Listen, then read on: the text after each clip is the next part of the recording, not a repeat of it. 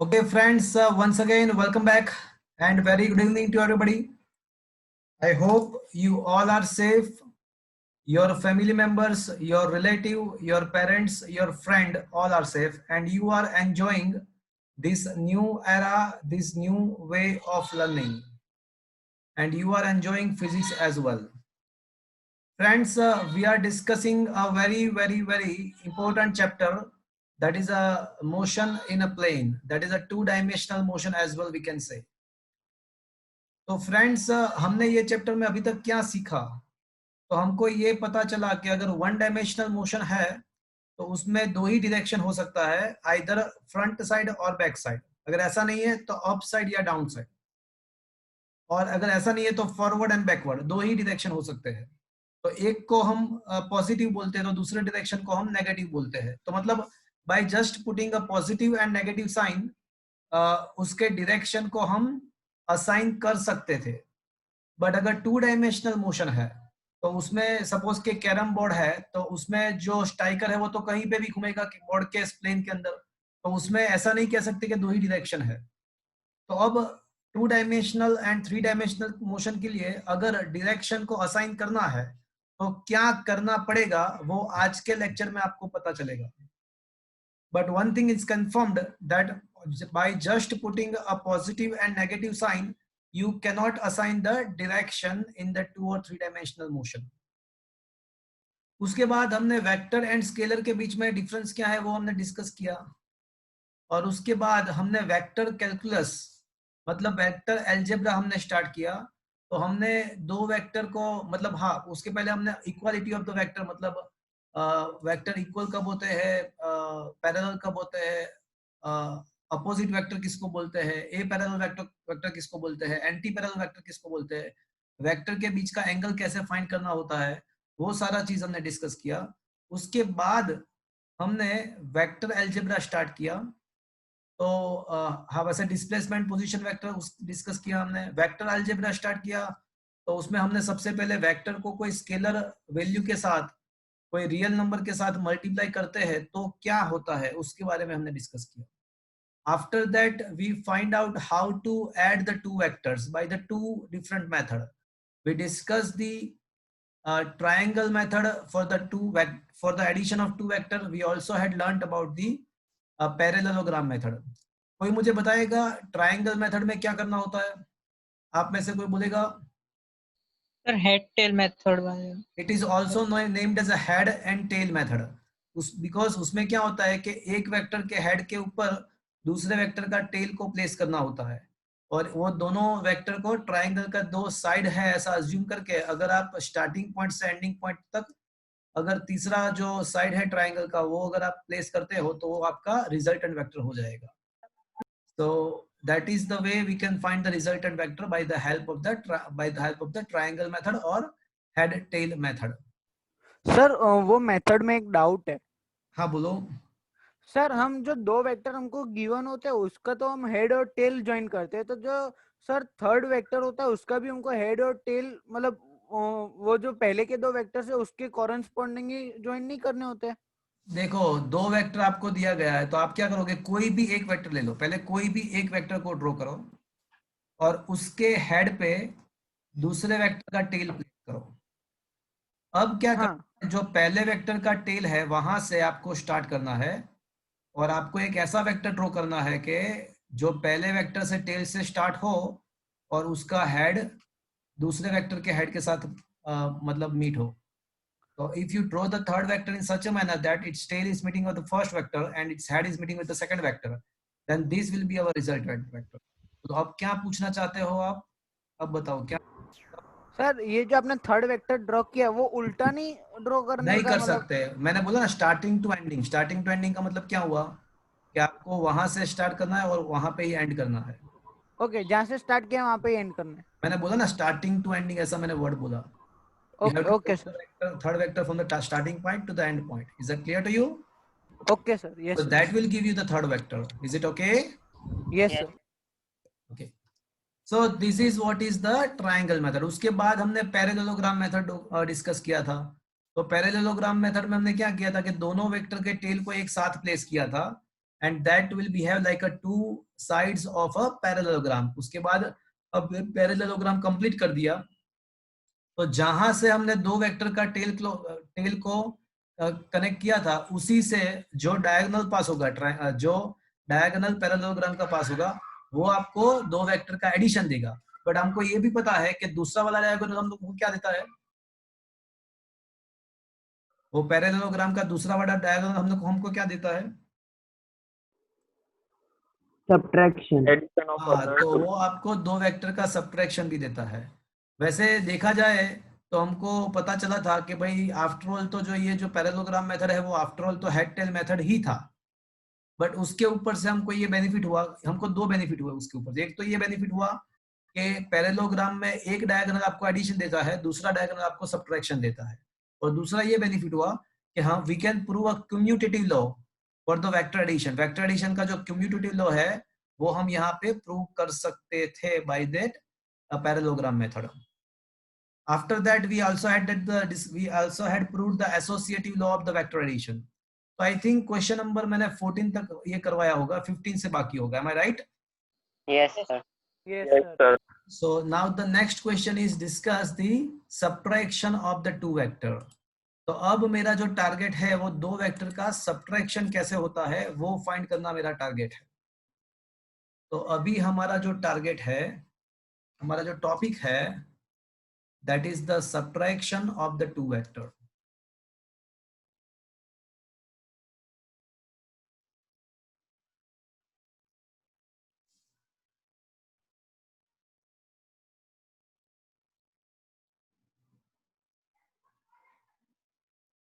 अब मुझे दो वेक्टर का सब्ट्रैक्शन करना है।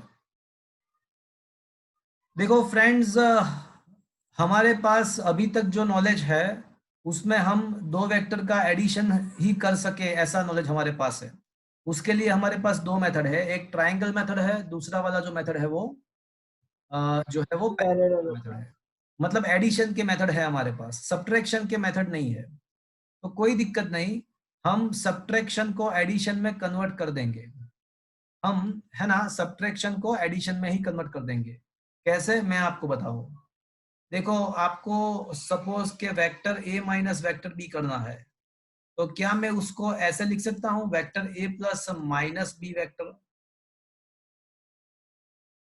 क्या ऐसा मैं? Yes sir. तो इसका मतलब क्या हुआ कि a माइनस बी करना मतलब a में b का अपोजिट वेक्टर ऐड करना, a माइनस बी करना मतलब a में b का अपोजिट वेक्टर ऐड करना। तो अगर मैं वेक्टर a के साथ b का अपोजिट वेक्टर का एडिशन करता हूं तो एक्चुअली वो एडिशन नहीं बट क्या हो जाएगा, सब्ट्रैक्शन। सब्ट्रैक्शन हो जाएगा। Let we have this two as a vector a and vector b। Assume कर लेते हैं कि हमारे पास ये दो वेक्टर जो है वो vector a and vector b है। So assuming that this is the vector a and this is the vector b। अब हमारा जो टारगेट है वो क्या है भैया, टू फाइंड द सब्ट्रैक्शन। हाँ, इन दोनों का सब्ट्रैक्शन करना, ये हमारा टारगेट है। तो ये है हमारे लिए वेक्टर a है और ये है हमारे लिए वेक्टर b। तो मैं क्या करूंगा, कोई एक पॉइंट कंसीडर करूंगा, कोई एक पॉइंट कंसीडर करके वेक्टर a के जैसा ही वेक्टर उसी डायरेक्शन में उसी मैग्नीट्यूड का एक वेक्टर मैं ड्रॉ करूंगा। तो according to the equal vector definition, ये जो वेक्टर OP है, ये वेक्टर जो OP है वो क्या हो जाएगा भैया,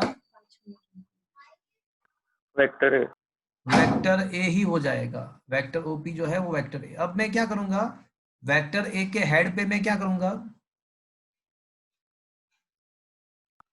वेक्टर बी बन। नहीं, अगर वेक्टर a के हेड पे अगर मैं वेक्टर b का टेल प्लेस करूंगा ना तो कुछ बेनिफिट नहीं होगा। तो अगर मैं वेक्टर a के हेड पे वेक्टर b का अगर मैं टेल प्लेस करूंगा और अगर मैं रिजल्टेंट वेक्टर ड्रॉ करूंगा तो मुझे क्या मिलेगा भैया, एडिशन। उन दोनों का एडिशन मिलेगा। बट अभी जो मेरा टारगेट है वो ये नहीं है कि मैं एडिशन फाइंड करूं, अभी जो मेरा टारगेट है वो ये है कि मैं दोनों का सब्ट्रैक्शन करूं। तो ये तो मुझे एडिशन मिलेगा, वो मुझे पहले से ही पता है, बट मुझे ये करना नहीं है, मुझे ये करना ही नहीं है, मुझे तो सब्ट्रैक्शन करना है। तो मुझे वेक्टर ए के हेड पे मुझे क्या प्लेस करना पड़ेगा, अपोजिट बी वेक्टर के अपोजिट वेक्टर का टेल प्लेस करना पड़ेगा। तो सोचो अगर वेक्टर बी ऐसा है तो वेक्टर बी का अपोजिट वेक्टर कैसा होगा? सर एरो नीचे की तरफ। हाँ, तो अपोजिट वेक्टर का मतलब आपने डेफिनेशन डिस्कस किया है कि opposite vector is that vector that having the same magnitude but opposite in the direction. Arrow का लेंथ सेम होना चाहिए बट उसका डायरेक्शन अपोजिट है, तो उसको हम अपोजिट वेक्टर बोलते हैं। तो ये जो मैंने ड्रॉ किया अभी आपके ये बी वेक्टर के ऊपर के साइड, तो ये मैंने क्या ड्रॉ किया भैया, तो ये हो गया अपोजिट वेक्टर। तो अब मैं क्या करूंगा, वेक्टर ए के हेड पे, वेक्टर ए के हेड पे मैं क्या करूंगा, वेक्टर बी का अपोजिट वेक्टर का टेल में प्लेस करूंगा। वेक्टर ए के हेड पे वेक्टर बी के अपोजिट वेक्टर का टेल में प्लेस करूंगा। देखो तो अभी मैंने जो ड्रॉ किया वो कौन सा वाला वेक्टर है भैया? opposite B. Opposite. Can I say it should be, can I say it is a minus b vector? Yes sir. Yes, अब मैं sir. हाँ, अब मैं ये जो एक के हेड पे बी का टेल माइनस बी का टेल प्लेस किया, अब मैं क्या करूंगा, स्टार्टिंग पॉइंट से एंडिंग पॉइंट तक एक वेक्टर कनेक्ट करूंगा। तो ये जो है वो मुझे रिजल्टेंट वेक्टर मिलेगा, बट किन दोनों का रिजल्टेंट वेक्टर मिलेगा? ये Vector और minus B. a plus minus B. तो ये a प्लस माइनस बी का मतलब क्या हो गया भैया? a minus B. चलो, now you understood how to make the subtraction of the two vectors. Yes, sir. Yes, sir. So that is the way we can subtract two vector। मतलब addition करके ही हम सब्ट्रैक्शन करेंगे। क्या करेंगे, b का opposite vector के tell को a के हेड पे प्लेस कर देंगे और we will add the vector a and minus vector b, so that will give you the vector a minus vector b। So this is the way we can do the subtraction of two vectors। तो क्या ये बात समझ में आया भैया? Yes sir. So this is the subtraction, how to perform the subtraction of two vector। Is that clear? तो ये आपको 2 मार्क्स में क्वेश्चन प्रिपेयर करना है। अब next question, SQ null vector किसको बोलते हैं? तो फ्रेंड हाँ, नल वेक्टर है ना, वो वेक्टर के नाम पे कलंक है, वो एक्सेप्शनल केस है। शायद हमने लास्ट टाइम डिस्कस किया था। मतलब नल वेक्टर है क्या? तो वो ऐसा वेक्टर है कि जिसका कोई मैग्नीट्यूड नहीं है, जिसका मैग्नीट्यूड 0 है। तो मैग्नीट्यूड 0 है तो इसका मतलब ऐसा हो कि उसका कोई डायरेक्शन भी नहीं होगा। अगर मैग्नीट्यूड 0 है तो मतलब कोई डायरेक्शन में उसका इफेक्ट ही नहीं है। उसका मैग्नीट्यूड 0 मतलब उसका इफेक्ट ही नहीं है, तो उसका डायरेक्शन भी कोई नहीं है। तो भले ही नाम वेक्टर है, भले ही नाम वो वेक्टर नल वेक्टर उसको बोलते हैं नल वेक्टर, बट तो भी उसका डायरेक्शन क्या होता है? 0 कुछ नहीं मतलब होता है नहीं। अनडिफाइंड। हाँ, और डायरेक्शन होता ही नहीं या फिर उसका मैग्नीट्यूड भी नहीं।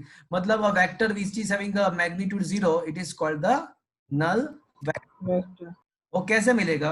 तो अगर हमारे पास कोई वेक्टर ए है, suppose we are having a vector A, तो वेक्टर ए में अगर मैं उसी का, मैं वेक्टर ए का ही अगर अपोजिट वेक्टर को ऐड कर दूं, if any vector is added with its own opposite vector, then the result is comes out to be a 0। But 0, हाँ, बट हम इसको 0 नहीं लिख सकते। पूछो क्यों? क्यों? क्यों? दो वेक्टर का जो एडिशन, जो दो वेक्टर का आप अगर एडिशन करते हो या सब्ट्रैक्शन करते हो, तो वो जो आंसर आता है वो ऑलवेज वेक्टर ही होता है। दो वेक्टर का अगर आप एडिशन करते हो या सब्ट्रैक्शन करते हो, जो फाइनल आंसर आएगा वो वेक्टर ही होगा। तो इसी के वजह से हम आपको यहाँ पे उसको वेक्टर ही बताना है, तो इसके लिए उसको नल नहीं, नल वेक्टर बोलते हैं। Now you understood why the null vector is defined? Yes sir. Rule is, फिर से मैं बोलता हूँ, क्या है रूल? ऐसा है कि कोई भी वेक्टर, दो वेक्टर का आप एडिशन करते हो या सब्ट्रैक्शन करते हो, आपको जो आंसर मिलेगा वो वेक्टर ही होगा। That is a rule. तो अगर वेक्टर ए के अंदर मैं उसका अपोजिट वेक्टर ऐड करूं, तो आंसर तो वेक्टर ही होना चाहिए हमारा जो रिजल्ट है, बट आंसर तो 0 आता है। तो इसी के वजह से उसको हम 0 वेक्टर या नल वेक्टर बोलते हैं। तो is it understood friends? Yes sir. Yes. Sir एक क्वेश्चन है। हाँ बोलो। सर वो इलस्ट्रेशन में आएगा कि वेक्टर का एडिशन करना है कि सब्ट्रैक्शन करना है, ऐसा कुछ आएगा न्यूमेरिकल्स में? नहीं, न्यूमेरिकल्स तो अलग टाइप के हैं। न्यूमेरिकल्स तो अलग ही टाइप के हैं, वो अलग ही टाइप के हैं। वो मतलब जैसे चैप्टर चलता जाएगा ऐसा आपको पता चल जाएगा। न्यूमेरिकल में नहीं, वो थियोरी में ही आएगा। न्यूमेरिकल में एडिशन सब्ट्रैक्शन का एक एल्जेब्रिक मेथड है, वो मेथड भी हम थोड़े टाइम में देखेंगे। तो ये थियोरेटिकली ये आपको प्रिपेयर करना है क्वेश्चन, ओके। तो ओके सर। अब क्वेश्चन इज दैट के प्रैक्टिकल कोई एग्जांपल है नल वेक्टर का, कोई प्रैक्टिकल एग्जांपल? यस है। अगर आप कोई ट्रेन में बैठे हो और ट्रेन एक ही डायरेक्शन में कांस्टेंट वेलोसिटी के साथ मूव हो रहा है, if the train is moving in with the constant velocity in the same direction, one direction, तो उसका वेलोसिटी का डायरेक्शन भी कांस्टेंट है, उसका मैग्नीट्यूड भी यूनिफॉर्म वेलोसिटी से जा रही है, उसका मैग्नीट्यूड भी कांस्टेंट है, तो ये मोशन होगा आपका यूनिफॉर्म वेलोसिटी वाला। तो अगर आपका मोशन यूनिफॉर्म वेलोसिटी वाला है तो उसका एक्सेलरेशन आप क्या बोलोगे? आप अगर जीरो। जीरो, बट एक प्रॉब्लम है, आप जब जीरो बोलते हैं तो थोड़ा इनकम्प्लीट होगा। क्यों? पूछो क्यों? क्यों? आपने बोला कि सर अगर कोई मोशन यूनिफॉर्म वेलोसिटी वाला है तो उसका एक्सेलरेशन जीरो है, obviously according to the definition of the acceleration. Acceleration है क्या? तो change in velocity upon time है। अगर वेलोसिटी चेंज नहीं हो रही है तो एक्सेलरेशन जीरो है, बट मैंने बोला कि ये थोड़ा इनकम्प्लीट है। तो अब आपने पूछा कि क्यों, तो मैं बता रहा हूँ कि भाई एक्सेलरेशन कैसा क्वांटिटी है, स्केलर है या वेक्टर है? Vector, direction. वेक्टर है, तो उसको जीरो नहीं बोला जाता, उसको क्या? हाँ, एक्सेलरेशन वेक्टर क्वांटिटी है, तो एक्सेलरेशन को जीरो नहीं बोल सकते हम, क्या बोलना पड़ेगा उसको? Zero vector. Null vector. Null vector. Is that clear to you friends? Yes sir. Yes sir. अब अगर कोई आपको प्रिसाइजली पूछे, अगर कोई ऐसा पूछते हैं कि भाई amongst the following which is the correct option, acceleration of a uniformly moving body, acceleration of a uniformly moving body is blank, फिर अगर चार ऑप्शन दिया हुआ है, एक में जीरो लिखा हुआ है, एक में जीरो वेक्टर लिखा हुआ है और दूसरे दो में कुछ लिखा हुआ है, तो आपको क्या चूज करना होगा? Zero vector. Zero vector choose zero vector. करेगा। Zero vector. क्या ये बात आपको समझ में आया? Yes sir. Yes sir. There are some property of the null vector and that is also compatible with our common sense. तो अगर कोई भी वेक्टर में नल वेक्टर ऐड करते हो तो क्या मिलेगा? ए वेक्टर। वही। तो वही का वही null वेक्टर vector। मिलेगा। अरे नल कैसे? एडिशन यार, जीरो एडिशन नल वेक्टर करोगे तो क्या नल हो जाएगा क्या? अगर हम अगर हम नल वेक्टर के साथ कोई स्केलर वैल्यू मल्टीप्लाई करते हैं तो भी वो नल वेक्टर ही होगा, और अगर हम कोई वेक्टर को जीरो से मल्टीप्लाई करते हैं, कोई वेक्टर को जीरो से मल्टीप्लाई तो वो भी नल वेक्टर होगा। यहाँ ये थर्ड में गलत लिखा हुआ है, ये थर्ड में वेक्टर को मैंने जीरो के साथ मल्टीप्लाई किया है, तो उसका आंसर आ जाएगा नल वेक्टर। तो फ्रेंड्स, क्या ये बात आपको समझ में आया? Yes sir. Yes sir. Yes, sir.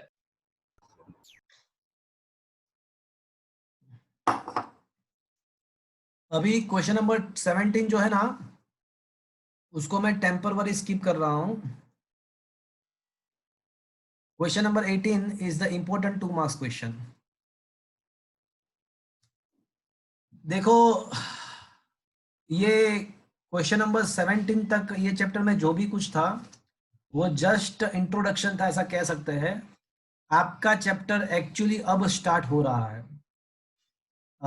अभी जो टॉपिक चलने वाले हैं वही टॉपिक मेन टॉपिक है।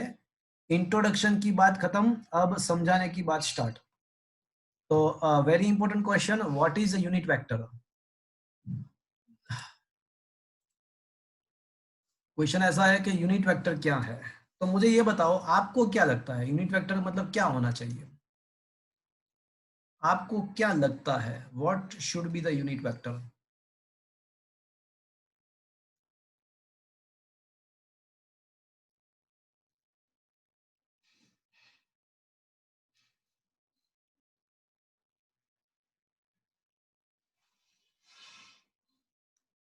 आपको क्या लगता है यूनिट वेक्टर क्या होगा?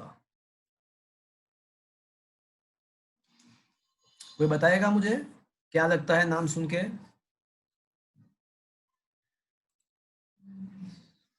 कोई यूनिट होगा उसका वेक्टर होगा। यूनिट होगा मैग्नीट्यूड यूनिट में होगा। हाँ, यूनिट का मतलब क्या हुआ? यूनिटी का मतलब 1. तो जिसका जो vector which is having a magnitude 1, जिसका मैग्नीट्यूड 1 है उसको बोलते हैं यूनिट वेक्टर। तो सबसे पहले उसका डेफिनेशन आपने ही बताया मुझे, आपने ही सोचा और बराबर सोचा कि भाई इसका डेफिनेशन क्या होना चाहिए, vector which is having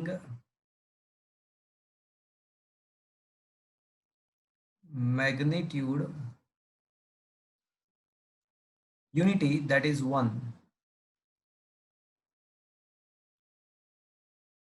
is called a unit vector। जिसका मैग्नीट्यूड 1 है उसको ही यूनिट वेक्टर बोलते हैं। चलो ये बात आपको समझ में आया? Yes, sir.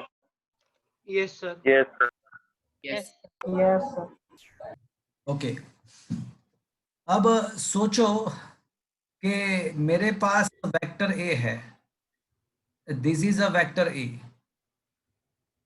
और उसका मैग्नीट्यूड है ना वो 4 है, मतलब इसका magnitude 1 unit, 2 unit, 3 unit, 4 unit and 5 unit है। तो मतलब हमारे पास एक वेक्टर ए है एंड उसका जो मैग्नीट्यूड है ना वो 5 यूनिट्स है। अब मुझे क्या चाहिए पता है? मुझे यूनिट वेक्टर चाहिए। तो आप थोड़ा सोच के बताओ कि मैं क्या करूं तो मुझे यूनिट वेक्टर चाहिए। अब मैं क्या करूं तो मुझे यूनिट वेक्टर मिल जाएगा। हमारे पास ये वेक्टर ए है, तो उसमें मैं क्या करूं तो मुझे वेक्टर ए के डायरेक्शन का यूनिट वेक्टर मिल जाएगा।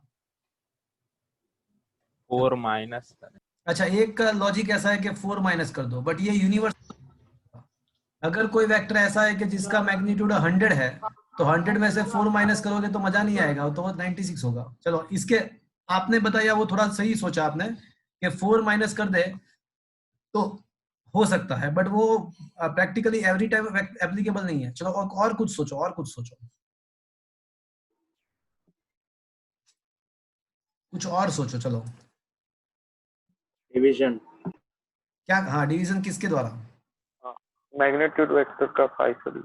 देखो ये जो वेक्टर ए है उसका मैग्नीट्यूड 5 है, तो अगर मैं वेक्टर ए को 5th पार्ट ले लूं, वेक्टर ए का मैं 5th पार्ट ले लूं तो मुझे क्या मिल जाएगा? Unit vector. क्या यूनिट मैग्नीट्यूड? वेक्टर। हाँ, तो अगर आप कोई भी वेक्टर को उसके खुद के मैग्नीट्यूड से डिवाइड कर दोगे, जैसे इसको वेक्टर ए को मैं 5 से डिवाइड करता हूं ना, तो मुझे ऐसा वेक्टर मिलेगा कि जिसका मैग्नीट्यूड ओनली 1 हो। तो अगर मैं वेक्टर ए को मैं उसके मैग्नीट्यूड 5 से डिवाइड कर दूं तो मुझे एक पार्ट ही मिलेगा, मतलब 1 उसका यूनिट, उसका मैग्नीट्यूड मुझे 1 मिलेगा। तो that is the method to obtain the unit vector.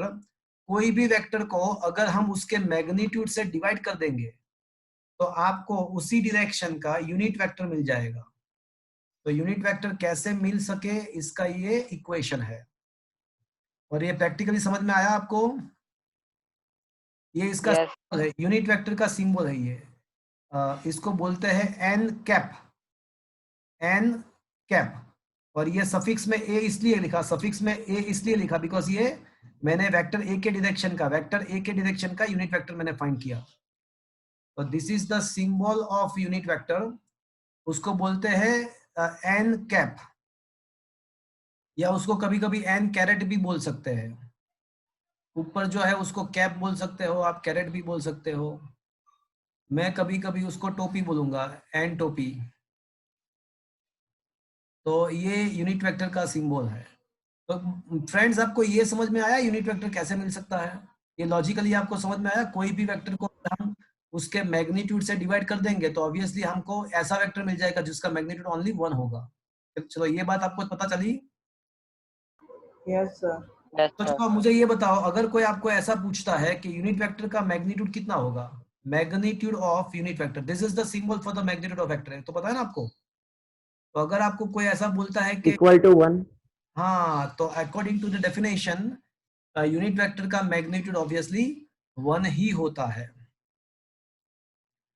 तो फ्रेंड्स यूनिट वेक्टर कैसे मिलता है वो हमको मिला कि भाई कोई भी वेक्टर को अगर उसके खुद के मैग्नीट्यूड से डिवाइड कर दो तो आपको उसी डायरेक्शन का यूनिट वेक्टर मिल जाएगा, उसका मैग्नीट्यूड 1 होता है। और एक बात, इससे उल्टा भी आप सोच सकते हो, अगर आप वेक्टर को सब जगह इक्वेशन बनाते हो तो आपको क्या मिल जाएगा, तो इसका मतलब ऐसा हुआ कि अगर आपके पास वेक्टर का मैग्नीट्यूड है और उसका यूनिट वेक्टर है तो इन दोनों को मल्टीप्लिकेशन कर दो तो आपको खुद वेक्टर मिल जाएगा। तो इसका भी कभी कभी यूज होगा कि अगर आपके पास यूनिट वेक्टर है, अगर आपके पास वेक्टर का मैग्नीट्यूड है तो you can find the vector by just taking the product of vector and into vector, you can find the vector by just taking the product of magnitude of the vector and the unit vector। Vector के magnitude के साथ उसके unit vector का अगर product कर देते हो तो वो आपको वेक्टर खुद मिल जाएगा। तो ये वेक्टर, इसका यूज कहाँ पे होगा वो आपको 5 मिनट में समझ में, आपको 5 मिनट में समझ में आ जाएगा इसका यूज। तो ये जो इक्वेशन है इसका यूज मैं आपको 5 मिनट में समझा दूंगा, बट अभी इतना याद रखो कि अगर कोई वेक्टर का मैग्नीट्यूड को हम उसके यूनिट वेक्टर के साथ मल्टीप्लाई करते हैं तो आपको क्या मिल जाएगा, वो वेक्टर खुद मिल जाएगा। अब वन इंपॉर्टेंट इंफॉर्मेशन, एक बहुत ही इंपॉर्टेंट इंफॉर्मेशन है, इसको आपको याद रखना है, इसको आपको याद रखना है। एंड इंफॉर्मेशन ये है कि X Y and Z direction के, X Y and Z direction के यूनिट वेक्टर्स हम एक्सेप्ट करेंगे कि I cap, J cap and K cap है। X Y and Z direction के यूनिट वेक्टर हम ऐसा एक्सेप्ट कर लेंगे कि I cap, J cap and K cap है। ये इंफॉर्मेशन है, आपको याद रखना है। एक्स डायरेक्शन जो यूनिट वेक्टर है वो आई कैप है, वाई डायरेक्शन का जो यूनिट वेक्टर है वो जे कैप है, एंड जेड डायरेक्शन का जो यूनिट वेक्टर है वो के कैप है। तो आई, जे एंड के are respectively the unit vector in the direction of x axis, y axis and z axis। तो अब आपको पता चला कि 2 या 3 डायमेंशनल, 2 एंड 3 डायमेंशनल में डायरेक्शन शो करने के लिए हम किसका यूज करते हैं। तो अब आपको शायद पता चला होगा, अगर नहीं पता चला तो आपको 2-3 मिनट में और पता चल जाएगा कि अगर 2 या 3 डायमेंशनल मोशन है तो उसके डायरेक्शन को रिप्रेजेंट करने के लिए हम unit vectors I cap, J cap and K cap का यूज करेंगे। मतलब अगर कहीं पे आई कैप लिखा हुआ है तो पता चल जाएगा कि भाई ये कौन सा डायरेक्शन है, एक्स एक्सिस का डायरेक्शन है। अगर कहीं पे कैप लिखा होगा तो पता चल जाएगा कि भाई ये तो वाई डायरेक्शन का डायरेक्शन है। और कहीं पे अगर के कैप लिखा है तो पता चल जाएगा कि भाई ये जेड डायरेक्शन की बात कर रहे हैं। अगर कहीं पे माइनस आई कैप लिखा हुआ है, माइनस आई कैप, तो इसका मतलब क्या हुआ कि ये minus x negative x direction में है एंड वाइस वर्सा। तो क्या ये बात आपको समझ में आया? Yes sir. Yes sir. मुझे ये बताओ कि Yes, क्या sir. मैं आई cap, J cap and K cap तीनों को इक्वल वेक्टर कह सकता हूँ, यस और नो? क्या ये तीनों वेक्टर सेम वेक्टर है? Yes. Yes Yes. अरे भैया नहीं कह सकते, दो वेक्टर इक्वल कब होते हैं? अब Magnitude मैग्नीट्यूड of और direction. डायरेक्शन। उसका हाँ, तो क्या ये तीनों का, अरे ये हाँ। तीनों का डायरेक्शन सेम है क्या?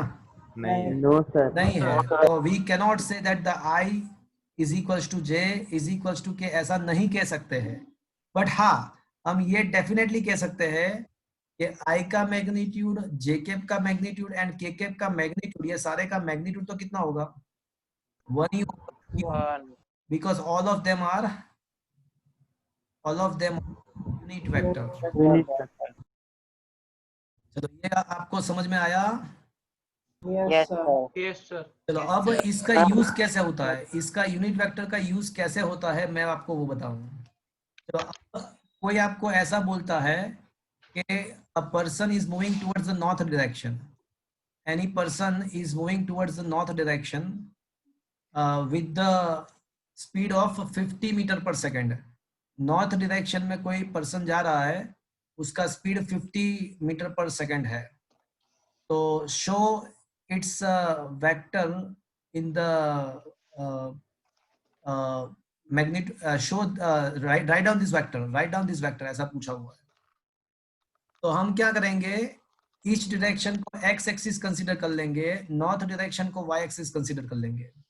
अब look at this equation, look at this equation के कोई भी वेक्टर अगर आपको फाइंड करना है तो क्या करना पड़ेगा, उसका magnitude into the unit vector. तो ये आपके पास एक इक्वेशन है कि अगर आपके पास कोई वेक्टर का मैग्नीट्यूड है एंड उसका यूनिट वेक्टर है तो आप उसको मल्टीप्लाई करोगे तो आपको वेक्टर मिल जाएगा। तो मैंने अब यहाँ पे आपको ऐसा बताया कि भाई अ person is moving in the north direction. अब नॉर्थ डायरेक्शन को हमने कौन सा डायरेक्शन बोला हुआ है यहाँ पे, वाई डायरेक्शन बोला हुआ है, वाई डायरेक्शन बोला हुआ है with the speed of 50 kilometre per hour. मतलब क्या हुआ कि ये जो स्पीड वेक्टर वेलोसिटी वेक्टर है तो मैं क्या लिखूंगा, उसका जो मैग्नीट्यूड है वो मैं क्या लिखूंगा 50 किलोमीटर पर आवर। चलो एंड यूनिट वेक्टर में क्या लिख दूंगा यहाँ पे J cap.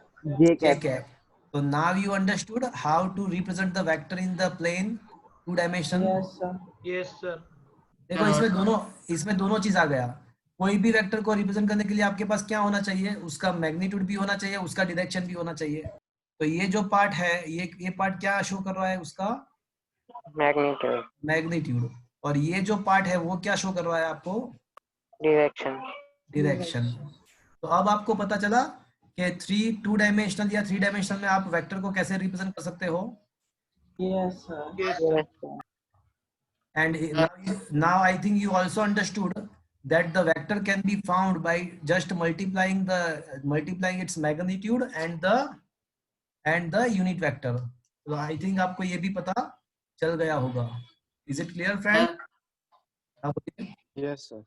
सर समझाना और एक बार, क्या आपको समझना है, कहाँ से ये रिलेटिव वे से, कहाँ से? ये सेकंड स्टेप से सर। ओके मैं आपको पूरा एग्जाम्पल वापस से एक बार समझा देता हूँ। चलो एक दूसरा एग्जाम्पल लेता हूँ, कोई एक दूसरा एग्जाम्पल। अगर किसी ने ऐसा बोला है कि कोई पर्सन जो है उसका डिस्प्लेसमेंट हो रहा है 20 मीटर, उसका ईस्ट डायरेक्शन में डिस्प्लेसमेंट है, डिस्प्लेसमेंट 20 मीटर का ईस्ट डायरेक्शन में है, तो उसको वेक्टर फॉर्म में रिप्रेजेंट करो। तो मुझे ये डिस्प्लेसमेंट वेक्टर लिखना है। तो लुक एट दिस, यहाँ पे जो फॉर्मूला उसको ध्यान से देखो, मैं इस फॉर्मूला की बात कर रहा हूँ। यहाँ पे देखो, यहाँ पे मैंने जो राउंड किया ना वहां पे देखो आप, तो ये फॉर्मूला ध्यान से देखा। तो अगर आपको कोई वेक्टर फाइंड करना है तो आपको दो चीज करना पड़ेगा, एक तो उसका जो मैग्नीट्यूड है वो, और दूसरा उसके मल्टीप्लीकेशन में उसका यूनिट वेक्टर प्लेस करना पड़ेगा। अब मैंने यहाँ पे ऐसा बोला कि भाई one person is moving towards the east direction, उसका डिस्प्लेसमेंट ईस्ट डायरेक्शन में है एंड डिस्प्लेसमेंट 20 मीटर है। तो मैग्नीट्यूड कितना हो गया भैया 20. मीटर। चलो यूनिट के साथ मैंने मैग्नीट्यूड लिख दिया। अब ईस्ट डायरेक्शन को हम कौन सा डायरेक्शन यहाँ पे, according to my figure, according to मैंने जो ड्रॉ I cap. मेरे लिए कौन सा I डायरेक्शन है, X. X direction. तो एक्स डायरेक्शन का यूनिट वेक्टर क्या लिखेंगे हम, I cap. I cap. तो हो गया काम खत्म। तो मैग्नीट्यूड भी आ गया, डायरेक्शन भी आ गया, मतलब पूरा वेक्टर खत्म हो गया। Is that clear to you? Sir west और साउथ डायरेक्शन हो तो कैसे हाँ, रिप्रेजेंट तो करें? Minus I cap and minus J cap, minus I cap and minus J cap. Is it? Yes sir. हो गया ना, पूरा खत्म। कोई भी डायरेक्शन बता दो, चाहे देखो टोटल 6 डायरेक्शंस होते हैं। कौन से 6 direction, north south east west and upward and downward. हाँ, अपवर्ड एंड डाउनवर्ड। अपवर्ड जो आपके मोबाइल के फोन में से बाहर की तरफ आ रही है वो, एंड डाउनवर्ड जो आपके मोबाइल के फोन में अंदर तरफ जा रही है वो। ये क्या आएगा, के कैप एंड माइनस के कैप आएगा, उसके लिए प्लस के कैप एंड माइनस के कैप आएगा। तो मतलब पूरा 3 डायमेंशनली ये खत्म हो गया। देखो अब आपको पता चला कि 3 डायमेंशन में वेक्टर को रिप्रेजेंट करने के लिए क्या हम यूज करते हैं। Yes sir. सर माइनस का पता चला, क्या बोल रहे हो? अपवर्ड मतलब डाउनवर्ड होगा तो माइनस होगा या दोनों में माइनस? अरे अपवर्ड जो होता है वो आउटवर्ड डायरेक्शन है, आउटवर्ड डायरेक्शन मतलब प्लस के cap, plus Z direction, and downward मतलब इनवर्ड डायरेक्शन, इनवर्ड मतलब अंदर जा रहा है, अंदर जा रहा है मतलब माइनस के cap. Okay, okay, is that clear? Yes sir. तो अभी ये क्वेश्चन मेन क्वेश्चन है ये चैप्टर का कि how can you represent the vector in the 3 dimensions. तो सिंपल लॉजिक ऐसा है कि वेक्टर को 3 डायमेंशनल में रिप्रेजेंट करने के लिए हम यूनिट वेक्टर्स का यूज करते हैं वाले, तो कि भाई आई cap J cap and K cap के नाम के यूनिट वेक्टर का यूज करते हैं हम। तो ये इंपॉर्टेंट थ्योरी था। Write down the short note on the unit vector. I think आपको ये समझ में आ गया होगा। देखो क्या लिखा है, सबसे पहले डेफिनेशन है, आपके मोबाइल में ये नोट्स दिख रहा है आपको? Yes sir. Yes, sir. तो क्या है कि the vector with the unit value of, unit value मतलब magnitude, the vector with the unit value का मतलब magnitude, the vector with the unit magnitude, जिसका मैग्नीट्यूड यूनिटी है, यूनिट है मतलब 1 यूनिट है मतलब एक है, is called a unit vector. It is denoted by N cap. इसको बोलते हैं एन हैट भी बोल सकते हैं, एन कैरेट भी बोल सकते हैं, मैं बोलूंगा एन कैप। कैसे मिल सकता है, तो कैसे मिलेगा, तो मैंने आपको लॉजिकली एक्सप्लेन किया कि अगर कोई भी वेक्टर को इसके मैग्नीट्यूड से डिवाइड कर देंगे तो आपको उसी के डायरेक्शन का यूनिट वेक्टर मिल जाएगा।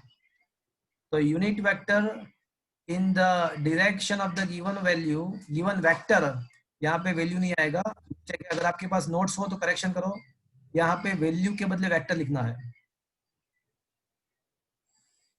यहाँ पे वेक्टर लिखना है।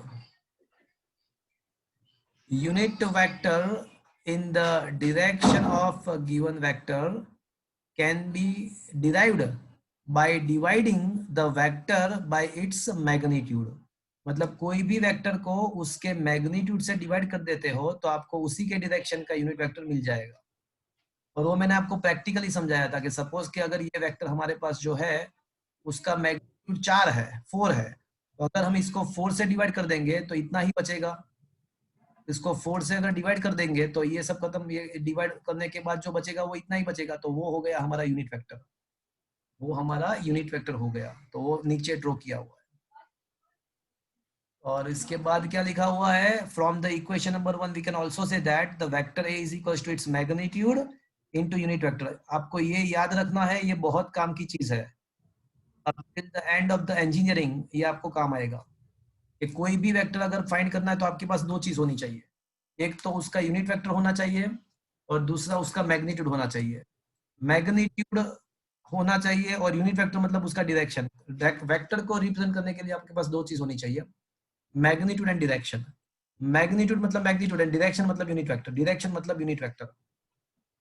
तो in word I can say a vector in any direction, vector in any direction is equals to magnitude of the vector into the unit vector in that direction। मतलब vector के magnitude को उसके unit vector के साथ multiply करते हो तो आपको वो वेक्टर खुद मिल जाएगा। एंड अब कुछ इंफॉर्मेशन है, I cap, J cap and K cap are denoted as the unit vector in the X, Y and Z direction in the Cartesian coordinate system. हाँ, एक और चीज, कोई अगर आपको ऐसा पूछता है कि यूनिट क्या है, आपकी आवाज कट से आ रही है। अच्छा okay,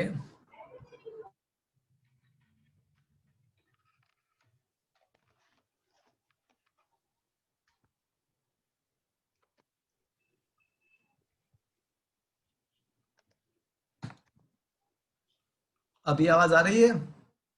yes sir. Yes sir.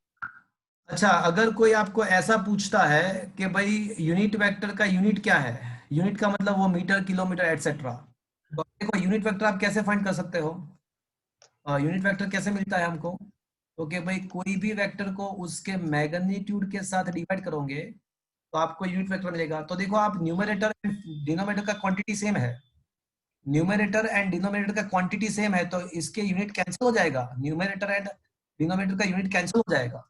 तो unit vector is always unitless. मतलब यहाँ पे यूनिटलेस का मतलब क्या हुआ, यहाँ पे यूनिटलेस का मतलब क्या करना है आपको, डायमेंशनल लेस करना है। ये किलोमीटर मीटर उसकी बात है, डायमेंशनल लेस करना है।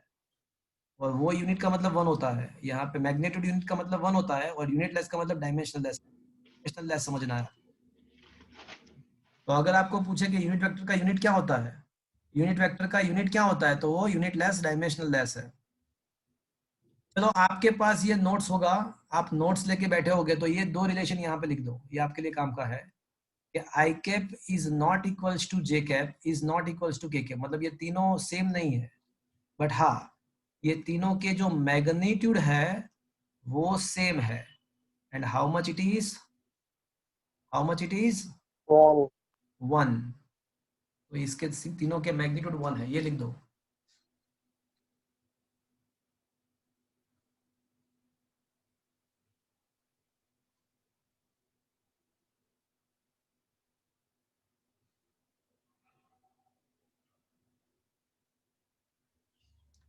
तो फ्रेंड्स क्या ये क्वेश्चन आपको समझ में आया? Yes sir. अब जो क्वेश्चन मैं आपको करवाने वाला हूं, I can say that is the main question of the whole chapter.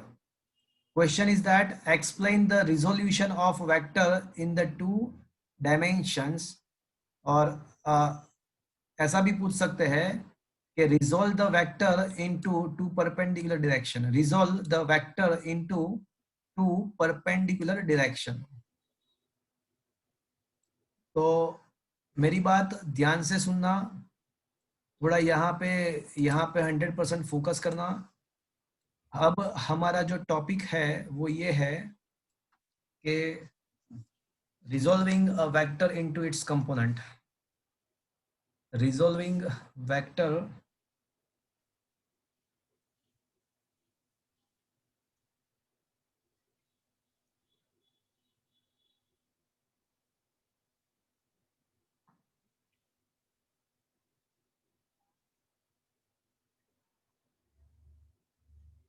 resolving vector into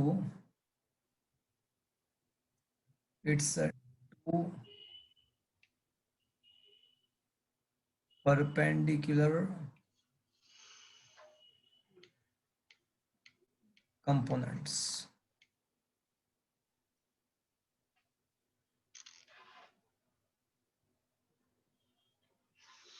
तो फ्रेंड्स अभी मैं क्या कर रहा हूं, मैं है ना vector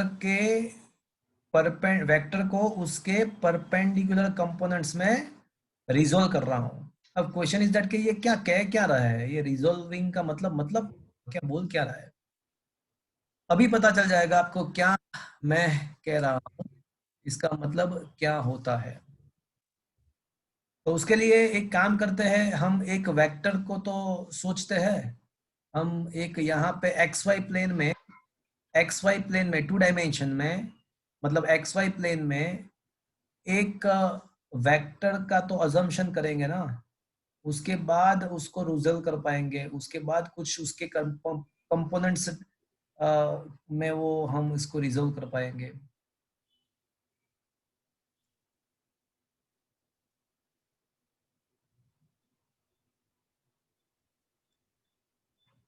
assume that vector OP, ये जो वेक्टर ओपी है, this one is our vector OP, ये कोई हमारा वेक्टर ए है। अज्यूम करते हैं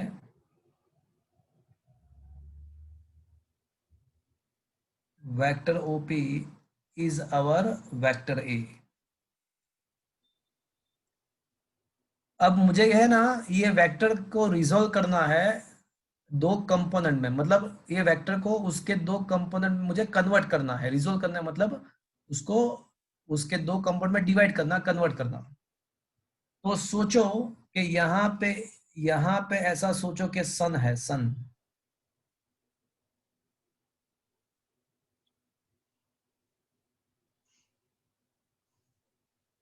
तो यहाँ पे सन है तो क्या होगा, सूरज की गर्मी से मिल जाए पल भर की छाया मेरे यार, तो क्या होगा, अगर सन है तो क्या होगा, गर्मी होगी। गर्मी होगी। एक बच्चे ने बताया कि गर्मी हो जाएगी, एक बच्चे ने ऐसा भी बताया कि भाई ब्लैक हो जाएंगे हम, स्किन ब्लैक। अच्छा, और कोई बताएगा, कुछ कहना है किसी को? इसका शेडो पड़ेगा। एग्जैक्टली इसका शेडो पड़ेगा। ये जो वेक्टर है ना उसका शेडो पड़ेगा। शेडो को हम फिजिक्स के लैंग्वेज में उसको हम प्रोजेक्शन बोलेंगे, फिजिक्स के लैंग्वेज में उसको प्रोजेक्शन बोलेंगे। तो अगर यहाँ पे सन है ऐसा मान लो, तो ये वेक्टर ओपी का एक प्रोजेक्शन पड़ेगा, शेडो पड़ेगा कहाँ पे, एक्स एक्सिस पे। तो assume that this O N, तो ओ एन जो है ये क्या है, projection of Of vector vector OP. A on which axis? X X axis. Very good. देखो फिजिक्स है ना, आपको रियलाइज करना है। मैं पढ़ाऊँ और आप समझ लो, उससे ज्यादा अच्छा है कि आप सोचो, उसको रियलाइज करो, तो बहुत मजा आएगा फिजिक्स के अंदर। तो ओ एन क्या है, projection of A on the X axis. तो I can also say that it is a scalar component, just magnitude. देखो ये ओ एन है ना, जस्ट मैग्नीट्यूड है, उसमें मैंने वेक्टर ओ एन नहीं लिखा, only O N. It is a scalar component of vector A on which axis? X. तो इसको मैं बोलूंगा A का x के डायरेक्शन का कंपोनेंट। इसका सिंबल है A का AX, A सफिक्स x, मतलब A का x के डायरेक्शन का कंपोनेंट। अब कोई मुझे बताएगा अगर मैं यहाँ पे वेक्टर ON लिखूं तो मुझे वो क्या करना चाहिए, मुझे इसको तो only without the vector sign it is a scalar component. But अगर मैं वेक्टर ON लिखता हूं तो ये क्या हो जाएगा, वेक्टर कंपोनेंट। ये हो जाएगा vector component of a vector A on x axis. मुझे बताएगा इसके लिए मुझे क्या लिखना चाहिए, चलो आप में से कोई बताएगा तो मजा आ जाएगा। मुझे क्या लिखना चाहिए? Of x I cap X I cap. Perfect, एकदम बढ़िया जा रहे हो आप।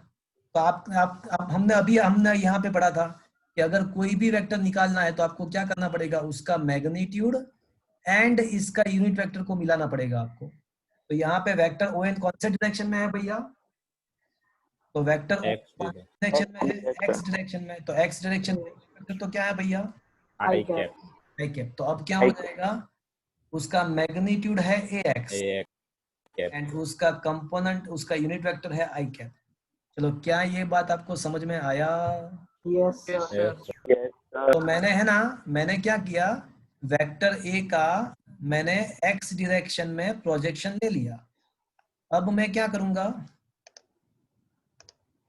वेक्टर ए का मैं क्या करूंगा, ए का एक्स डायरेक्शन का प्रोजेक्शन तो मैंने समझ लिया। अब मैं क्या करूंगा, वेक्टर ए का वाई डायरेक्शन का प्रोजेक्शन लूंगा। तो सोचो कि अब शाम हो गई, अब शाम हो गई, कहीं दूर जब दिन ढलता है,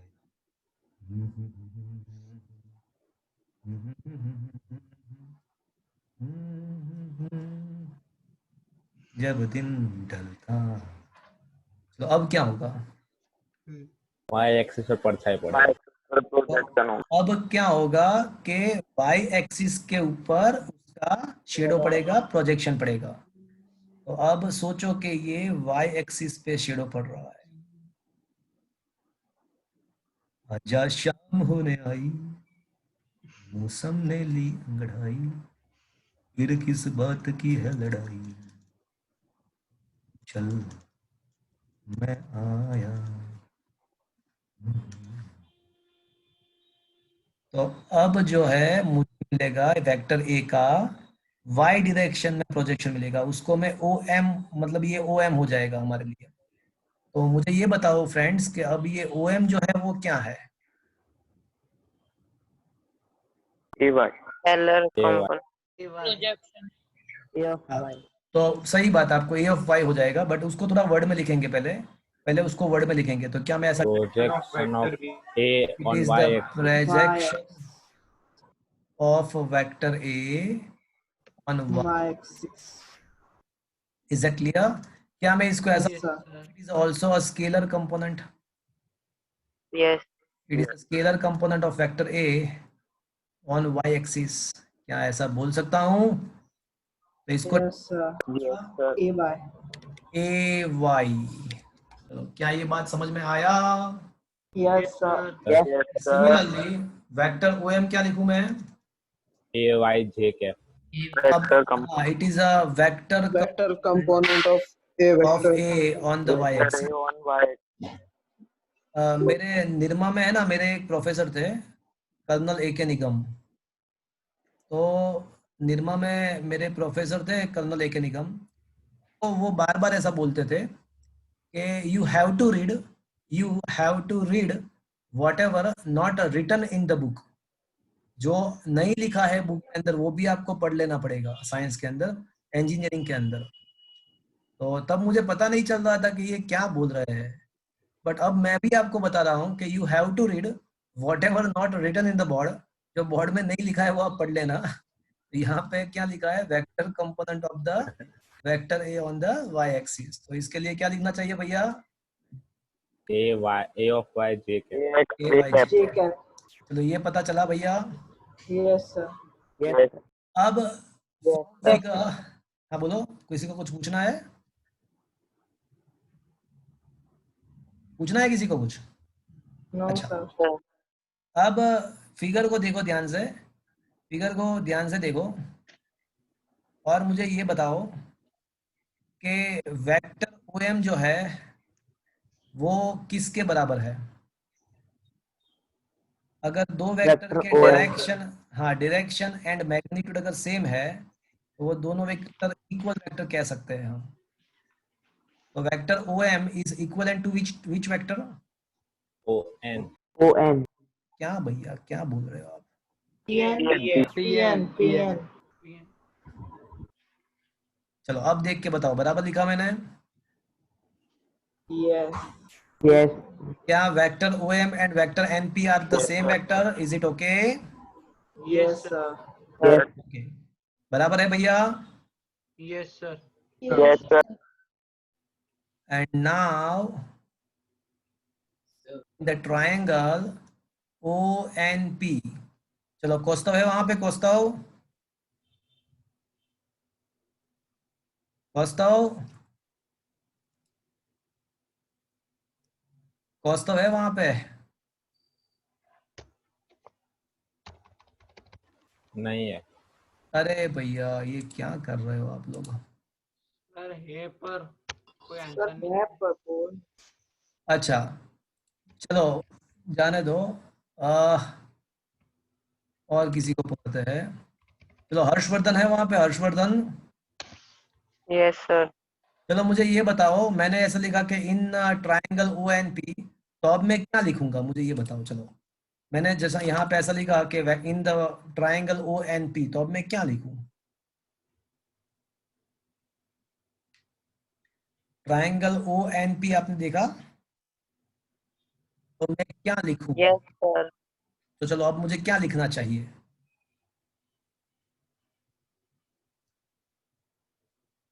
फिर किस बात की है लड़ाई, तू चल मैं आया। Okay Manav, can you tell me what I should write? Manav yes sir. क्या लिख, नहीं मानव मानव मानव बोलेगा क्या बोलूं? O N plus N P is equal to O P. थोड़ा आप बोल रहे हो, बराबर बोल रहे हो, बट वो एक्यूरेट नहीं, थोड़ा एक्यूरेट करो आपके सेंटेंस को। वेक्टर ओ एन प्लस अब वेक्टर बराबर N P is equal to vector O P. Perfect, अब बराबर है। Vector O N plus vector N P is equals to, can I say vector O P? Triangle. चलो क्या मैं ऐसा लिख Yes, सकता sir. हूँ, या फिर क्या मैं इस ओपी को yes sir. Vector OP is equals to vector O N plus N P? चलेगा? Yes, yes sir. Yes. But friend vector Sir. OP तो क्या है? वेक्टर ओपी है क्या? Vector A. वो तो हमारा वेक्टर ए है। अब वेक्टर ओ एन हमने प्रूव कर दिया कि वो क्या है वेक्टर ओ एन। ए एक्स जे आई कैप तो मैंने वो ऑलरेडी प्रूव कर दिया कि वो तो ए एक्स आई कैप है। एंड वेक्टर एन पी मैंने प्रूव किया हुआ है कि वेक्टर एन पी तो क्या है? वेक्टर एन पी जो है वही वेक्टर ओ एम है, एंड वही तो वेक्टर ओ एम क्या है? ए वाई वाई जे।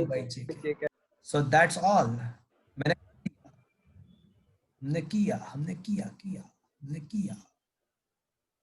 तो क्या किया? मैंने ये कर दिया कि वेक्टर ए का मैंने उसके दो कंपोनेंट में रिजोल्व कर दिया उसको, एक दूसरे के परपेंडिकुलर हो, ऐसे दो कंपोनेंट में मैंने उसको रिजोल्व कर दिया, ax I cap plus ay j cap. Is that clear to you friends? Yes, sir. Yes, sir.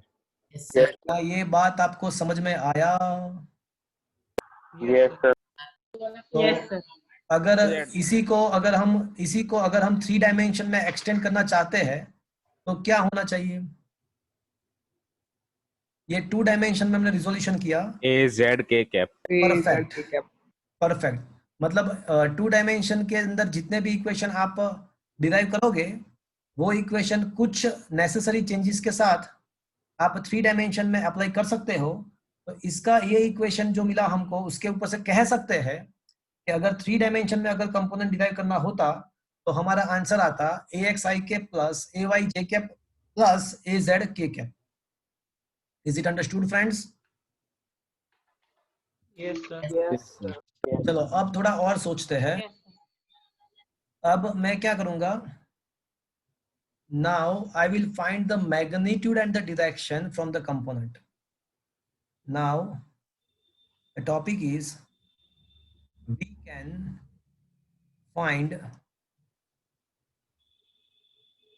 magnitude and direction of a vector from its component. अगर आपको वेक्टर के कंपोनेंट दिए गए हैं, आपको दिया कंपोनेंट आपको दिए गए हैं, तो उसके ऊपर से आप वेक्टर के मैग्नीट्यूड को एंड डायरेक्शन को फाइंड कर सकते हो। क्वेश्चन इज कि क्या कहना क्या चाहते हैं, कुछ पता ही नहीं चल रहा है कि क्या बोल रहे हैं सर, क्या कहना क्या चाहते हैं, तो अभी पता चलेगा आपको। अब मैं है ना मैग्नीट्यूड एंड डायरेक्शन को फाइंड करूंगा कंपोनेंट के द्वारा। तो फ्रेंड्स अज्यूम कर लो कि यहाँ पे वेक्टर है ना वो एक्स एक्सिस के साथ थीटा एंगल फॉर्म करके, वेक्टर हमारा जो वेक्टर ए है ना वो एक्स एक्सिस के साथ उसका जो एंगल है वो थीटा है। तो अगर मैं ये एंगल फाइंड कर दूं तो मुझे क्या मिल गया, ऐसा मैं कह सकता हूं। अगर मुझे ये एंगल मिल जाता है तो मुझे क्या मिल गया, ऐसा मैं कह सकता हूं। Direction.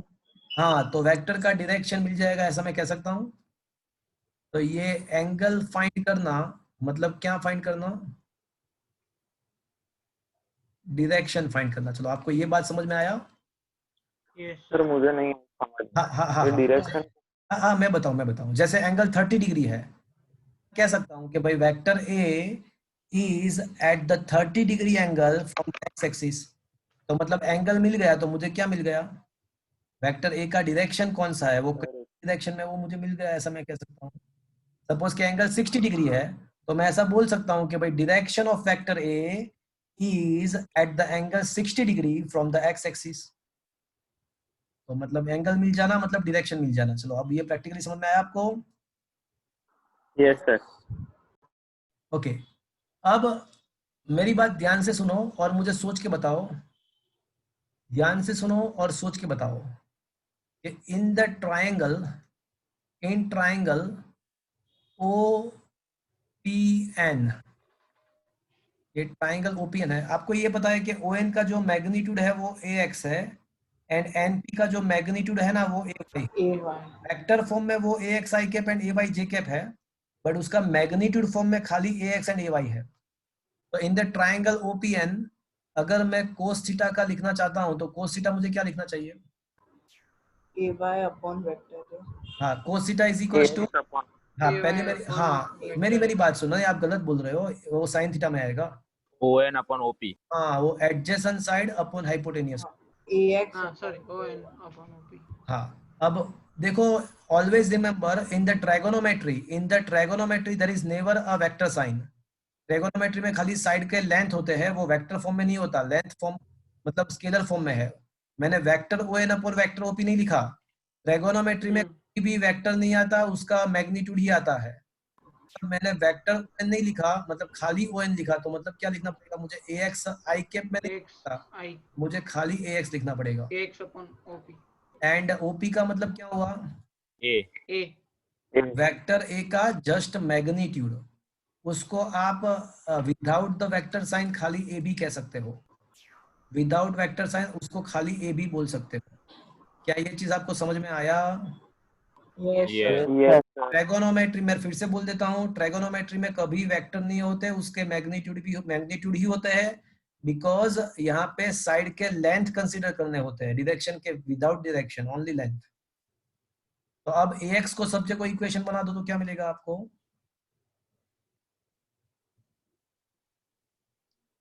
ax cos theta A is cos theta. theta. A cos. तो क्या ये मिल जाएगा a cos theta? Yes, sir. Yes, sir. अच्छा, Yes, sir. सिमिलरली अगर मैं साइन थीटा लिखता हूं तो मुझे क्या मिलेगा? ट्राइंगल के देख के बताओ। Sin theta. PN by OP. PN by OP. हाँ, तो sine theta is equals to opposite side, that is a pn upon hypotenuse. अब pn तो क्या है भैया? pn का magnitude AY. AY. AY by AY A. upon A. By just a। AY upon A. तो मुझे ये बताओ कि ay इज इक्वल्स टू मैं क्या लिख सकता हूँ? A A sin sin. Sin theta. a sin theta. तो इसको इक्वेशन नंबर 1 बोलते हैं, इसको इक्वेशन नंबर 2 बोलते हैं, इसको इक्वेशन नंबर 3 बोल सकते हैं। तो इसके द्वारा मैं ऐसा कह सकता हूँ कि वेक्टर a को मुझे लिखना है तो मैं और एक चीज लिख सकता हूँ कि ax के बदले a cos theta i cap and ay j cap का मतलब a sin theta j cap. तो वेक्टर को मैं इसी हिसाब से भी लिख सकता हूँ, एक एडिशनल चीज मुझे मिला। वैसे ये रिलेशन मुझे पता था कि ax i cap plus ay j cap, but मैंने प्रूव कर दिया कि ax जो है वो a cos थीटा है, ay जो है वो a sin थीटा है। तो हम वेक्टर a को इस हिसाब से भी रिप्रेजेंट कर सकते हैं। Okay friends, Yes, sir. Yes, sir. अब मुझे ये बताओ कि फ्रॉम इक्वेशन नंबर 2 एंड 3 अगर मैं इक्वेशन 2 एंड 3 का स्क्वायर कर दूं और उसको एडिशन करूं, squaring and adding, squaring and adding, उसको स्क्वायर करके मैं उसको ऐड करता हूं, तो क्या मिलेगा मुझे भैया? AX square plus Plus AY. AY square is equal to A square. Is equals to a square cos Square square cos theta square theta. Plus Plus a A square square sin square. plus sin square theta. But you can take a square common, तो a square common लेने के बाद क्या बचेगा? One. Cos square theta plus sin square theta is तो equal to cos 1 square होता theta है. Plus sin square theta तो क्या होता है? Square theta One. plus sin ये तो पढ़े हो ना फ्रेंड्स के sin square theta plus cos square theta 1 होता है। Yes, sir. Yes, sir. Yes, sir. So finally, what you get? I can say a is equals to a square is equals to ax square plus ay square. तो मतलब a का magnitude उसको खाली a भी बोल सकते हैं, इसको मोड a भी बोल सकते हैं। तो मैग्नीट्यूड मुझे कैसे मिलेगा? तो दोनों कंपोनेंट के Root AX Root. square plus AY square. ay square. चलो, तो इसका मतलब क्या हुआ कि अगर आपको वेक्टर के कंपोनेंट्स दिए हुए हैं, मतलब आपको अगर सपोज कैसा दिया हुआ है, अज्यूम कर लो कि आपको ऐसा दिया गया है कि भाई vector a is equal to 2i cap plus 3j cap, और पूछा है कि इसका मैग्नीट्यूड कितना होगा, मैग्नीट्यूड कितना होगा? तो क्या करना होगा आपको? रूट दोनों का 2 का Square स्क्वायर प्लस 3 दोनों का का स्क्वायर। square plus hand. तो मैं क्या बोल रहा था कि आप मैग्नीट्यूड भी फाइंड कर सकते हो और डायरेक्शन भी फाइंड कर सकते हो, किसके द्वारा? From its component. तो आपको आधा तो काम खत्म हो गया कि कंपोनेंट के द्वारा मैग्नीट्यूड कैसे मिलता है, वो समझ में आ गया आपको फ्रेंड्स? अगर Yes, sir. ये है तो मैग्नीट्यूड मिल सकता है, वो समझ में आ गया? Yes, sir. लास्ट स्टेप एक बार फिर से समझाओ ना. कौन सा वाला स्टेप? Last step. तो वो दोनों साइड स्क्वायर रूट निकाला, और क्या? तो वेक्टर a का square is equal vector a के मैग्नीट्यूड का square equal to ax square plus ay square. तो अगर a को सब्जेक्ट को इक्वेशन बनाते हो आप तो क्या करना पड़ेगा? अगर a को सब्जेक्ट को इक्वेशन बनाते हो आप तो क्या करना पड़ेगा आपको? अरे भैया, अगर z square is equals to X square plus Y square है सपोज, तो z इज इक्वल्स टू क्या मिलेगा आपको? Root x square plus y square. X square plus Y square. क्या मिलेगा आपको? Root x square Under plus X y square हाँ, plus तो Y. वही तो मैंने लिखा, वही मैंने यहाँ पे लिखा कि a square is equals to ax square plus ay square है। तो अगर a इज इक्वल्स टू मुझे क्या करना पड़ेगा? Root of ax square plus y square. Is that clear to you? हाँ, पता चल गया. Yes sir, yes sir. Is it okay? Yes sir. चलो मुझे कंपोनेंट के द्वारा वेक्टर का मैग्नीट्यूड कैसे मिलता है वो समझ में आ गया। अब और अभी मुझे एक काम करना है, मैं क्या करूंगा, अब कंपोनेंट के द्वारा वेक्टर का डायरेक्शन कैसे मिलता है वो अभी मुझे फाइंड करना है। बट आपको ये पता है कि डायरेक्शन का मतलब क्या हुआ? थीटा। थीटा। परफेक्ट। तो नाउ फ्रॉम इक्वेशन 2 एंड 3, वापस से इक्वेशन 2 एंड 3 को देखो। इक्वेशन 2 एंड 3 को देख लो। देखा आपने इक्वेशन 2 एंड 3 को? Yes, sir. Yes sir. तो मुझे ये बताओ कि equation 3 divide by 2, equation 3 divide by 2 कर रहा हूं मैं, इक्वेशन 3 को 2 से डिवाइड कर रहा हूं, तो लेफ्ट हैंड साइड क्या आएगा भैया? ए Y upon A X A Y upon ए अब राइट इज साइड इक्वल क्या टू आएगा? ए साइन टेन थीटा अपॉन ए साइन थीटा अपॉन ए कोस थीटा। तो ये तो कैंसिल हो जाएगा, तो क्या मिल जाएगा भैया? tan theta. Tan theta. tan theta is equal to theta. A Y upon A X. X. अब थीटा इज इक्वल टू, तो ये 10 को लेफ्ट हैंड साइड से राइट साइड ले जाता है ना, Tan tan inverse. इनवर्स बोलते हैं, वो मैथ्स में आता है, वो मैथ्स में आता है, इनवर्स फंक्शन उसको बोलते हैं। अभी उसका you need not to worry about that, you need not to worry about that. आपको जस्ट इतना याद रखना है कि मैंने 10 को मैं है ना राइट साइड ले गया, मैं 10 को राइट साइड ले गया तो वो हो जाएगा tan इनवर्स हो जाएगा। तो ये फॉर्मूला आपको क्या देगा? फॉर्मूला आपको डायरेक्शन देगा, डायरेक्शन देगा। मैं आपको सिंपल समझाऊं, चलो मुझे ये बताओ कि सपोज कि यहाँ पे 2ik प्लस 2j कैप है, वेक्टर a is equal to 2ik plus 2j cap है, तो उसका जो x कंपोनेंट है वो भी 2 है एंड y कंपोनेंट भी 2 है, तो tan theta is equal to क्या होगा भैया? 1 होगा। तो थीटा इज इक्वल टू क्या हो जाएगा? 45 डिग्री। That's it. तो मैं वही तो बता रहा हूँ कि अगर आपके पास दोनों कंपोनेंट है तो आपको tan थीटा मिल जाएगा, tan थीटा के ऊपर से थीटा मिल जाएगा, तो थीटा मिल गया मतलब क्या हुआ कि उसका डायरेक्शन आपको मिल जाएगा। अब क्वेश्चन ऐसा है कि सर 1 नहीं आए तो और कुछ आए तो हमारे पास है ना tan का टेबल है, हमारे पास नेचुरल टेंजेंट का एक टेबल होता है, तो उसके द्वारा tan थीटा के अलग अलग वैल्यू के ऊपर से, tan थीटा के अलग अलग वैल्यूज के ऊपर से थीटा क्या होना चाहिए, थीटा क्या होना चाहिए वो हमको टेबल में से मिल जाता है। तो अगर कोई अननोन वैल्यूज है, जैसे 1 नहीं है, जैसे √3 नहीं है, 1/√3 नहीं, कोई और वैल्यू है, तो भी हम थीटा फाइंड कर सकते हैं, वो टेबल आपको दिया होगा, it will be given to you. तो मतलब एग्जाम में दिया होगा? हाँ वो एग्जाम में देंगे आपको, या फिर लिख देंगे, कि भाई अगर tan theta is equal to 0.25 है तो आपको थीटा ये लेना है, वो लिख के देंगे आपको। तो फ्रेंड्स क्या अभी ये स्टेटमेंट क्लियर हो गया कि we can find the magnitude and the direction by the components? क्या ये चीज क्लियर हो गया? Yes, Yes, sir. sir. तो ये जो क्वेश्चन है वो वाकई में बहुत ही इंपॉर्टेंट है। ये क्वेश्चन, ये जो क्वेश्चन है, और ये I can say this is the main question of the whole chapter. तो वेक्टर को कंपोनेंट में कैसे रिजोल्व करना है पहले मैंने आपको ये समझाया, फिर कंपोनेंट के द्वारा वेक्टर का मैग्नीट्यूड एंड वेक्टर का डायरेक्शन कैसे मिलता है मैंने आपको वो बताया। तो आई थिंक आपको ये क्वेश्चन समझ में आया होगा। द मेन क्वेश्चन, हाँ बोलो। सर इसकी पीडीएफ भेज दोगे ना? पीडीएफ तो मैंने भेजा, इसका ऑलरेडी भेज दिया है मैंने। वो स्क्रीनशॉट सर। हाँ स्क्रीनशॉट में भेज दूंगा। यस फ्रेंड्स, ये पूरा क्वेश्चन वही समझाया है। देखो पहले ए डिफाइन किया ए एक्स आई कैप, फिर ए वाई को डिफाइन किया ए वाई जे कैप, फिर vector A is equals to यहाँ पे A X vector plus A Y vector A X I cap, ये प्रूव कर दिया। तो ये इक्वेशन 2 तक है ना, वो कंपोनेंट में रिजोल्यूशन किया, कंपोनेंट में रिजोल्व किया। उसके बाद ये साइन थीटा कोस थीटा वाला लाया कंसेप्ट पिक्चर में, और उसके द्वारा हम यहाँ पे उसका मैग्नीट्यूड भी फाइंड किया एंड हमने इक्वेशन 7 में उसका डायरेक्शन भी फाइंड किया। उसकी इक्वेशन नंबर 5 में उसका मैग्नीट्यूड मिला, इक्वेशन नंबर 7 में उसका डायरेक्शन भी मिल गया। तो क्या ये चीज आपको समझ में आया? Yes, Yes, sir. Yes, sir. Yes, sir. तो फ्रेंड्स ये हमने किया 2 डायमेंशन में, तो अब 3 डायमेंशन में करना है, तो कैसे करेंगे? तो देखो हम प्रूव नहीं करेंगे, हम सीधा याद रखेंगे, हम इसको प्रूव नहीं करेंगे, इसको सीधा याद रखेंगे। क्वेश्चन नंबर 20 है, आपको प्रूव नहीं करना है, आपको सीधा याद रखना है। तो अगर 3 देखो, पहले 2 डायमेंशनल के कंक्लूजन लिख लेते हैं, पहले 2 डायमेंशंस के कंक्लूजन लिख देते हैं, उसके बाद आपको 3 डायमेंशंस के कंक्लूजन ऑटोमेटिकली मिल जाएंगे। Okay.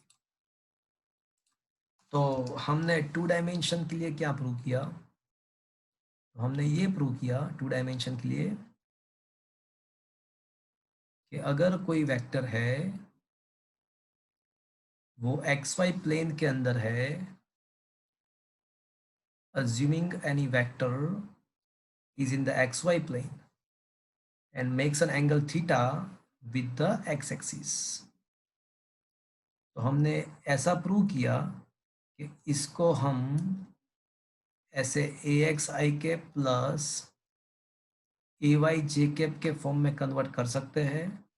नंबर 2 हमने ऐसा प्रूव किया कि उसका जो मैग्नीट्यूड होता है वो हमको ऐसे मिलेगा ax square plus ay square. तीसरा हमने ऐसा प्रूव कर दिया कि जो ax था ना वो a कोस थीटा था, और ay जो था वो a साइन थीटा था। But can I say sine theta is equal to cos 90 minus theta? Yes sir. क्या मैं ऐसा कह सकता हूँ it is a cos 90 minus theta? Yes sir. चलो इसको एक्स एक्सिस के साथ का जो एंगल है वो उसको अल्फा बोल देता हूँ, और वेक्टर ए का जो वाई डायरेक्शन के साथ जो एंगल है उसको मैं बीटा बोल देता हूँ। एक्स एक्सिस के साथ का जो एंगल है उसको अल्फा बोल देता हूँ। उसका एक्स कंपोनेंट क्या आ जाएगा? ए कोस अल्फा, एंड उसका वाई कंपोनेंट क्या आ जाएगा? ए कोस वाई डायरेक्शन के साथ एंगल बीटा है, और 90 माइनस थीटा ही बीटा, 90 माइनस थीटा ही बीटा है, तो ये क्या हो जाएगा? ए कोस बीटा। चलो क्या ये पता चला आपको? तो इसी को अगर मुझे 3 डायमेंशन में अप्लाई करना है कि कोई वेक्टर, यहाँ देखो लुक एट दिस फिगर, तो वेक्टर का एक्स एक्सिस के साथ का एंगल अल्फा है, वाई एक्सिस के साथ का एंगल बीटा है, एंड वेक्टर का जेड एक्सिस के साथ एंगल हम बता नहीं सकते हैं बिकॉज ये 3 डायमेंशन है, तो वो अज्यूम कर लो कि वो गामा है, जेड एक्सिस का साथ का एंगल गामा है। तो अब इसी इक्वेशन को मुझे ट्रांसफॉर्म करना है, इसी इक्वेशन सारे इक्वेशन को मुझे 3 डायमेंशन में ट्रांसफॉर्म करना है। तो चलो मुझे ये बताओ कि सबसे पहला वाला इक्वेशन क्या आएगा? ax i के प्लस ay j के प्लस az k के। परफेक्ट। ax i के प्लस ay j के प्लस az k कैप। क्या ये बात आपको समझ में आया? चलो दूसरा, यस सर। मैग्नीट्यूड कैसे मिलेगा? Under root of ax square plus ay square plus az square. Very good. ax square plus ay square plus az square. चलो अब मुझे बताओ कि ax ay एंड az मुझे कैसे मिलेगा? अगर x एक्सिस के साथ ax is equals to a cos cos alpha, alpha, a cos beta equals gamma. चलो क्या ये चीज समझ में आया आपको? Yes sir. डायमेंशन में हमको जो भी इक्वेशन हमको मिले उसको हम 3 डायमेंशन में एज ए कन्वर्ट कर सकते हैं। Is that clear to you?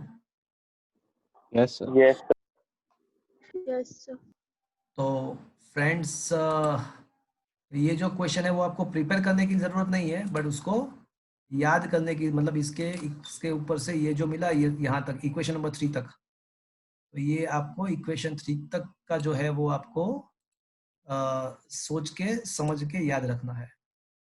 तो क्या अब ये सारे फॉर्मूला आपको समझ में तो आ गए ना? देखो ये सारे formula, ax is equals to a cos alpha, ay is equals to a cos beta, az is equals to a cos gamma, vector is equals to ax i k plus ay j k plus z k, and magnitude can be found by root of ax square plus ay square। ये समझ में आ गया पूरा चीज?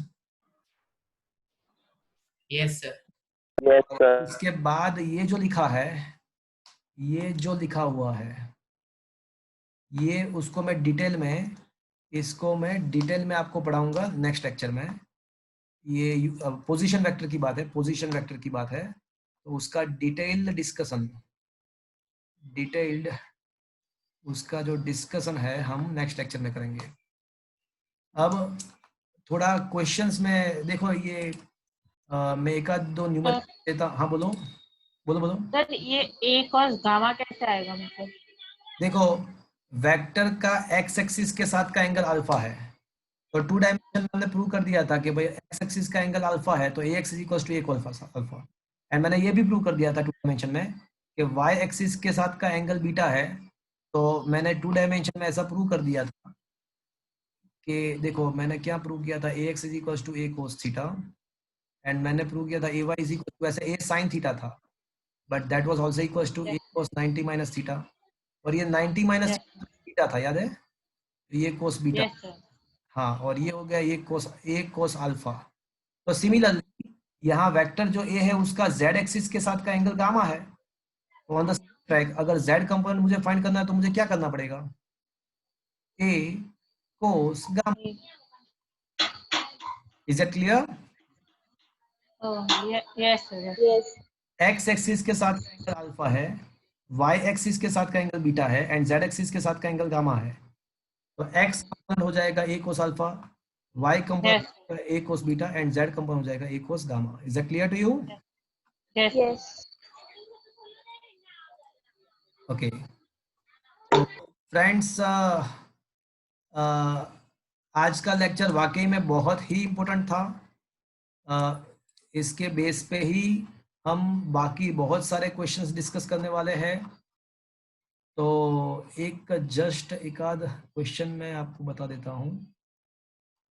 चलो, इसमें तो नहीं है, मैं खुद एक क्वेश्चन दे रहा हूँ, चलो मुझे सॉल्व करके दो। क्वेश्चन ऐसा है कि कोई 2 वेक्टर है, चलो vector a = 2i cap plus 5j cap plus 3k cap, vector b, चलो एक काम करता हूँ मैं, ये सारे क्वेश्चन नेक्स्ट टाइम ही लेता हूँ, तो ज़्यादा अच्छा, मतलब बहुत सारे मुझे 3-4 क्वेश्चन करवाना है इस टाइप के, तो नेक्स्ट टाइम ही मैं लेता हूँ। बट आज का जो लेक्चर मैंने किया वो आप पढ़ लेना, ये बहुत ही ज़रूरी है। तो आज का सेशन मैं यहाँ पे ख़त्म कर रहा हूँ। Saturday as per the schedule हमारा लेक्चर है ही, and don't miss the lecture.